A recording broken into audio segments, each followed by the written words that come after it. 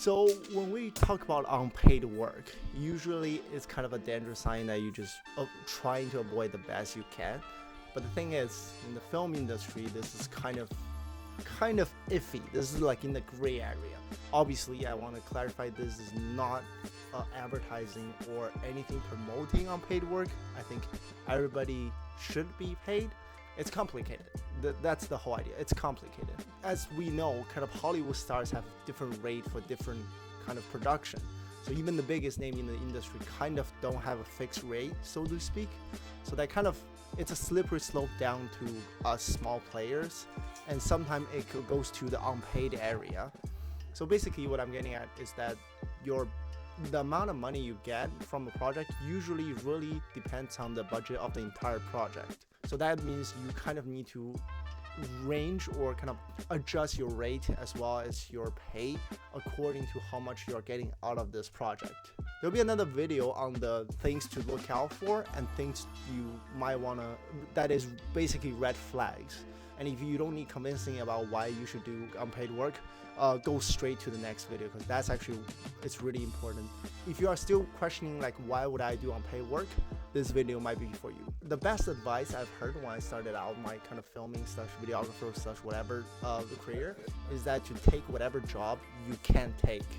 That means as long as you are financially secured, obviously make your money first, and then if you have time, just take whatever that's coming your way and get out there and experience more and as much as you can. Basically, benefits. Why do we work for free? Put it simple, you are getting something out of it. That's the most important thing. It's not always money, but you are getting something out of the way. So if you need convincing, here are some of the benefits. So first benefit is experience. So in this industry, especially if you're starting out, experience kind of is the one and only most important thing people look at when trying to hiring you. If you're coming from videography, as I did, transitioning from like videography or like small freelance things into like semi-film industry or like cine kind of area is a big leap.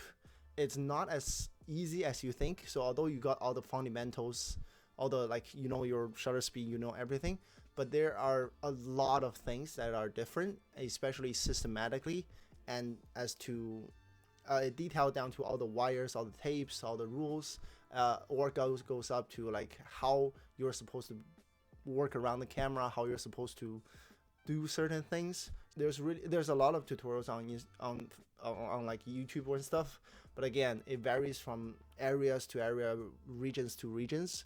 So the best way to kind of know these rules and kind of transitioning yourself into I'm experienced is sort of the only ways to get work. And you see this is becoming like a chicken and egg scenario where it's like, I don't have experience, therefore I can't get work, and I can't get work because I don't have experience. So this is kind of where all the unpaid work or unpaid scenario comes in, is that gets you kind of that experience, that fundamental trust people have in you that you've done this before and you know what's going on, and then therefore kind of push you into the paid work. But the idea is that you can confidently tell the producer or whoever interviewing you is like, at least the basic of things, that they don't have to spend time training you and to tell you exactly what to do. You kind of knows how to do it already. So this is kind of where the experience will give you enough confidence to tell the DPs, to tell whoever your department head is, that I've done this before and I know kind of where everything is. I just need, I'm green, but again, like people have different rates. Don't be shy of that. If they are giving you like lower than industry rate, they knows that you are not qualified, like you are not like the most experienced person in the world. So having that experience is kind of your number one thing to break into this industry, so to speak. So the second benefit is portfolio. So portfolio is kind of the resume of kind of film industry or whatever video industry. Everyone has their cinematic reel thing to demonstrate their skill as a cinematographer or as a skill as whatever you might have. So that's something you will get for free in terms of working for free, right? So this is an underlying rule of unpaid work, is that everything you've worked on, you will definitely get credited, and very likely you have the rights to use the footage that you shot yourself. Again, this is not like completely like expected, but talk with your director or whoever hired you, very likely they were willing to let you use their kind of final product as part of your demo reel if you actually participate in it. Obviously, if you're like a PA, you have a huge project, then you can still put your name on it, but it's not going to be as effective as, for example, you're the DP or you're the like camera op.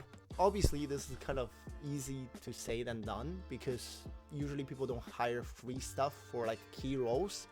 Usually if you're looking for like free work, or like if you work for free, it tends to go to the like the assisting role or like even PA and stuff. But again, it's kind of like a climbing thing. If you know more people, then they might ask you to shoot something for them. So the third point is kind of like a favor for favor. So a lot of free work, when I talk about free work, it's not necessarily like go on Facebook group and pick a work and then they say unpaid and then you just go. That's obviously the most kind of popular and people tends to do that. But free work also include like your friends asking you to, shoot something for him, and then that can quickly become like a favor for favor thing. Having a proper production is very, very expensive. So on your own, it's very, very unlikely you have enough money to properly pay and compensate everybody. So at some point, you will, if you're starting your own project, you will realize the problem is that, hey, I really can't pay everybody what they deserve.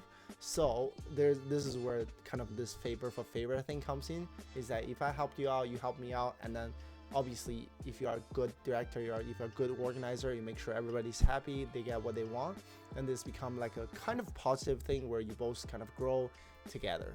So the next one kind of connects to the previous one, is basically networking. Anyone in the film industry will tell you networking is very, very, very, very, very, very important to accomplish anything, because there is no job posting, there is no, unless you're in union, there usually most of the work kind of people just DM you on Instagram is from the people you know. The DP knows his AC knows his second, and that kind of goes on. It's like basically you work with this guy and then this guy likes you and then he will give you work from now on.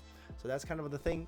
So free and unpaid work is kind of a way to networking with people, to expose yourself to more opportunities and more, although those opportunities might also be free, but they are still opportunities.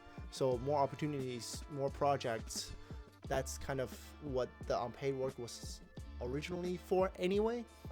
Networking is kind of a tricky one, because obviously that hugely depends on your networking skill. I am not, so to speak, a good at networking, and I don't really technically network in a film set. I just like to go there and treat it as like a paid work and just do my thing. And this is what I realized, is that film set people are really chatty anyway, and because there's a lot of downtime, a lot of waiting, and there's lunch, there's like wrap, and if everybody is kind of here for free, then everybody is looking for kind of a relationship, a networking, and kind of everybody comes in with the same purpose. So I never had to actively reach out. There will always be like a time and place where people come out and say, hey, what do you do, and kind of chat, like small chat, and add Instagram and good relationship. At the end of the day, this is free work, then nobody really has like a constraint on you. But again, as advice, as my personal preference, I like to do things seriously. In that case, some people, what I had experienced before is that they really like seeing you doing all the stuff, and they're like, okay, you look like you know what you're doing, and then you look like you're really dedicated, so I'll have you on my next project. So that's kind of things goes. But again, this is a free world. This is, like work for free. This is all free. This is all, whatever you want to get out of this is your choice, right? So the last thing I want to talk about is project value. So I'm just only starting to kind of get into this producing kind of world.